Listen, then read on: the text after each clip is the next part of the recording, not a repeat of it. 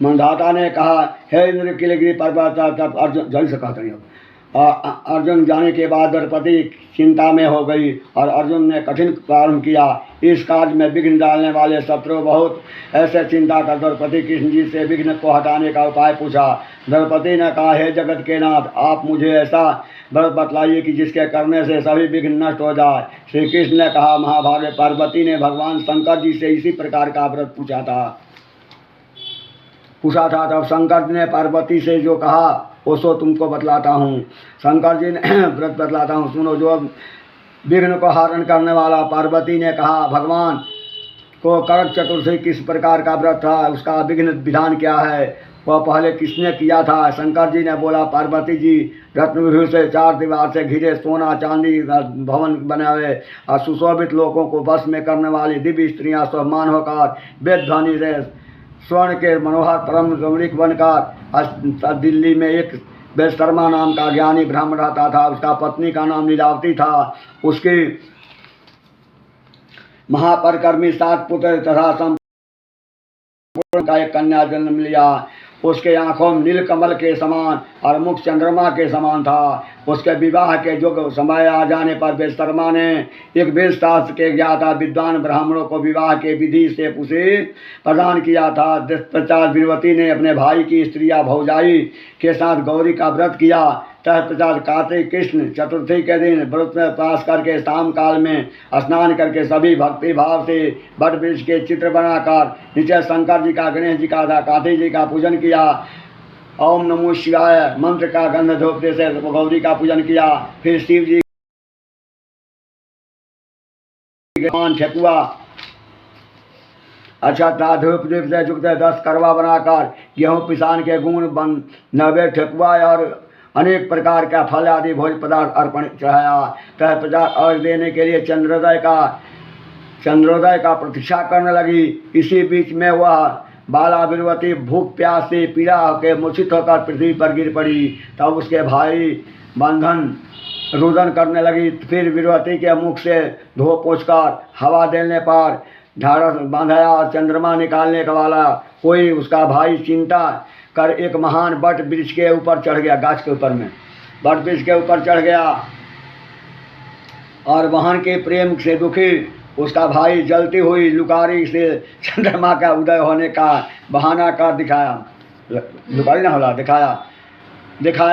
तब वह उस चंद्रमा का उदय जान दुख को त्याग कर विधि विधान से अर्घ देकर भोजन किया। इस प्रकार व्रत का दूषित होने के कारण उसका पति मर गया। तब वीरवती अपने पति को मरा देकर पुनः शिव जी का पूजन किया। 1 वर्ष तक निराहार व्रत किया। व्रत के समाप्त होने पर करक चतुर्थी का व्रत फिर भौजाई ने किया और पूर्वोक्त विधान के वीरवती ने भी व्रत किया। तब उसके दिन देव कन्या के साथ इंद्राणी वहाँ करक चतुर्थी व्रत करने के लिए स्वर्ग लोक से आई थी। उसको देखने के लिए स्वर्ग लोक से आई और इंद्राणी वहाँ करक चतुर्थी का व्रत करने के लिए और मनुष्य वीरवती की इंद्राणी ने सब बातें पूछी। विनय पूर्वक वीरवती ने कहा, जब मैं करक चतुर्थी का व्रत कर रहा अपने पति के घर आई तो मेरा पति मर गया था। हमें ज्ञात नहीं है कि मेरा किस पाप कर्म का फल हुआ। मातेश्वरी, हमारे भाग से आप यहाँ आ गई है, सो मेरे पति का जीवन करके मेरे पर कृपा कीजिए। गत वर्ष जो तुमने अपने पिता के घर में करक चतुर्थी का व्रत किया था, बिना चंद्रोदय के उदय हुई तुमने अर्घ दे दिया। मैं चंद्रमा ना हुआ अर्घ दे दिया, इसलिए व्रत दूषित हो गया। इसी से तुम्हारा पति मर गया। अब इस समय रत्न के करके पश्चात इस व्रत के प्रभाव से तुम्हारा जलो बर्फ में रखना जेठ हो गया। पश्चात इस व्रत के प्रभाव से मैं तुम्हारा पति का जित कर दूंगा। कृष्ण ने कहा, हे द्रौपदी, इंद्राणी के वचन सुनकर वीरवती ने विधान पूर्वक करक चतुर्थी का व्रत किया। इस प्रकार उसके व्रत करने से इंद्राणी अभिषिक्त होकर उसके पति का जीवन दान दे दिया। देवता समान की हो गया। इसके बाद वीरवती अपने पति के साथ घर आकर आनंद करने लगी।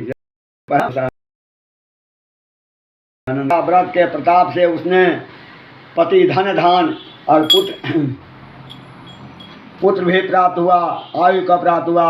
इसलिए इस व्रत को तुम भी यत्न पूर्वक करो। सूत जी ने कहा, हे ऋषियों, इस प्रकार का कृष्ण के वचन सुनकर द्रौपदी ने इस व्रत को किया, जिसके प्रभाव से संग्राम में कौरव को जीतकर पांडवों ने अतुलित राज को प्राप्त किया, जिससे उसका सब दुख दूर हो गया। जो स्वाभाविक स्त्रियाँ इस करक चतुर्थी का व्रत कर पूर्वोक्त विधान से पूजन करे, वह पुत्र धन तथा अतुल जस को पाएगी। करक इस मंत्र का पढ़कर दूध अथवा जल से पुण्य कलश में डालकर गणेश जी का पूजन करे और दान करे। पति बहुत काल तक मेरे पति पैसा ना जीवित रहे, मेरा सौभाग्य सदा बना रहे, सुहागिनी स्त्री को भी दे और इनकी कराएं। इस प्रकार का व्रत को सौभाग्य इच्छा वाली जो स्त्री करेगी और सौभाग्य पति का आय प्राप्त करेगी। और कंजूसी